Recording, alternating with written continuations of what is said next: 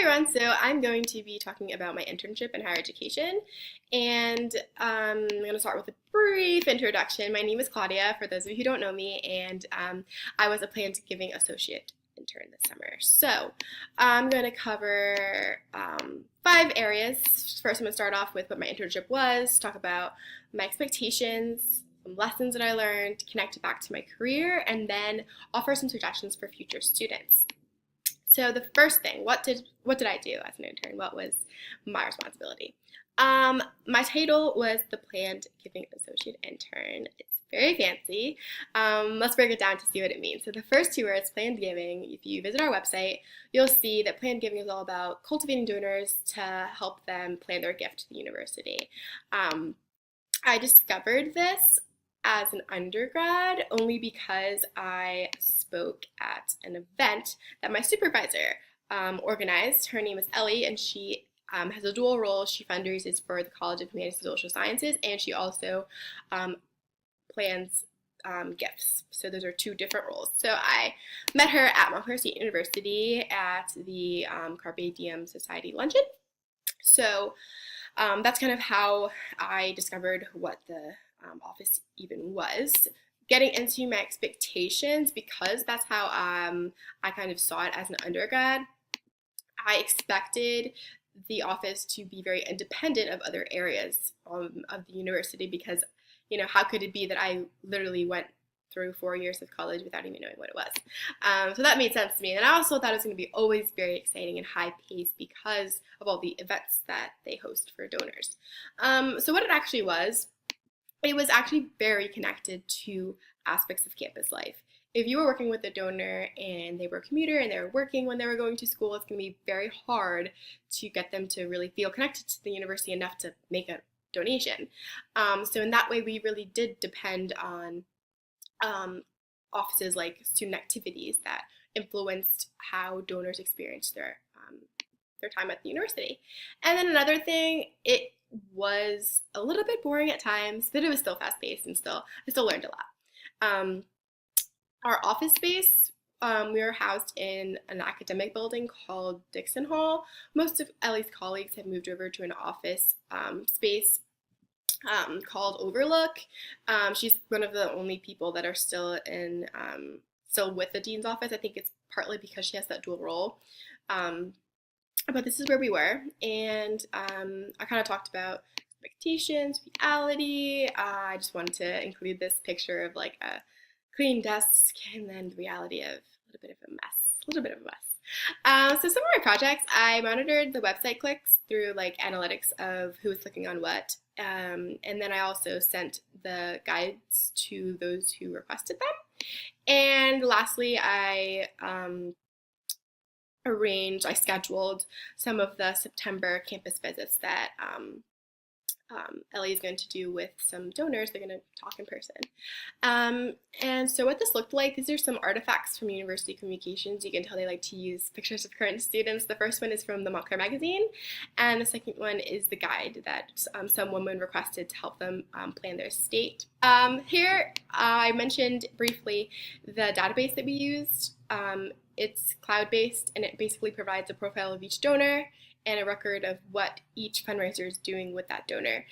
So up here on the top, you can see that I would enter that I had sent them the estate planning guide, and that would just document it so that everybody knew.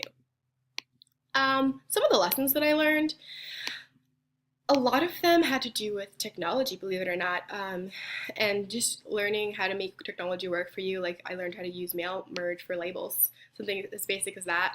Also working with people in the office setting. This is my first time really being in a professional space all the time, and it really helped me to just practice being that person, I guess. And then also being accountable. A lot of my projects I worked with just myself. Like I was working independently, so I was in charge of pacing myself and making sure that I was always on the money, but then also giving myself breaks.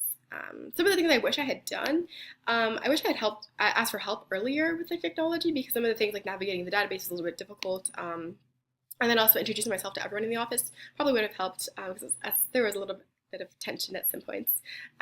Nothing too horrible. And then also reflecting more than was required. The course helps you reflect because there's weekly reflections. But I wish I had maybe like reflected every day, even, especially in the beginning and the end. So another piece that I really took away was the conversations that I had with my supervisor and also with my friend Lauren when we would talk about like how my internship was going. I think that I really learn, like, I'm a type of learner that I learn through talking and through dialogue. So that really helped me to even like create ideas, recommendations for Ellie, and one of those was to have an estate planning seminar just for women because we had really gotten such a good response from the guide requests from women. Connecting this to my career, this opportunity really definitely benefits my career and my future. I learned a lot about hierarchy in the workplace and the role that politics has. Getting approval from people is very difficult, and winning people over. It's something that I actually am pretty good at, but it's still tasking, you know. It's something that you have to deal with. I recently was on an interview and they asked me like, what's the type of person that you can't work with? And I had said, oh, I can work with anybody because I'll just adapt to my style. And I feel like, I don't know, there's some people that I really don't think I would want to work with, and it would take a little bit of an extra effort. So this kind of exposed me to actually working with people. And then learning the lingo, like I said, technology, like using the databases. I think every department has its own like language almost, and you have to learn that. So I kind of got a taste of that.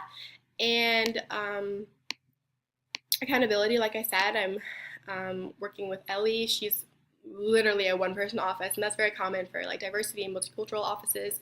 So that's something that I kind of got a taste of, and shadowing her, observing her, seeing how she is so confident in what she does. That gives me something to talk about in interviews when they ask me a question about, you know, a time when you experienced this.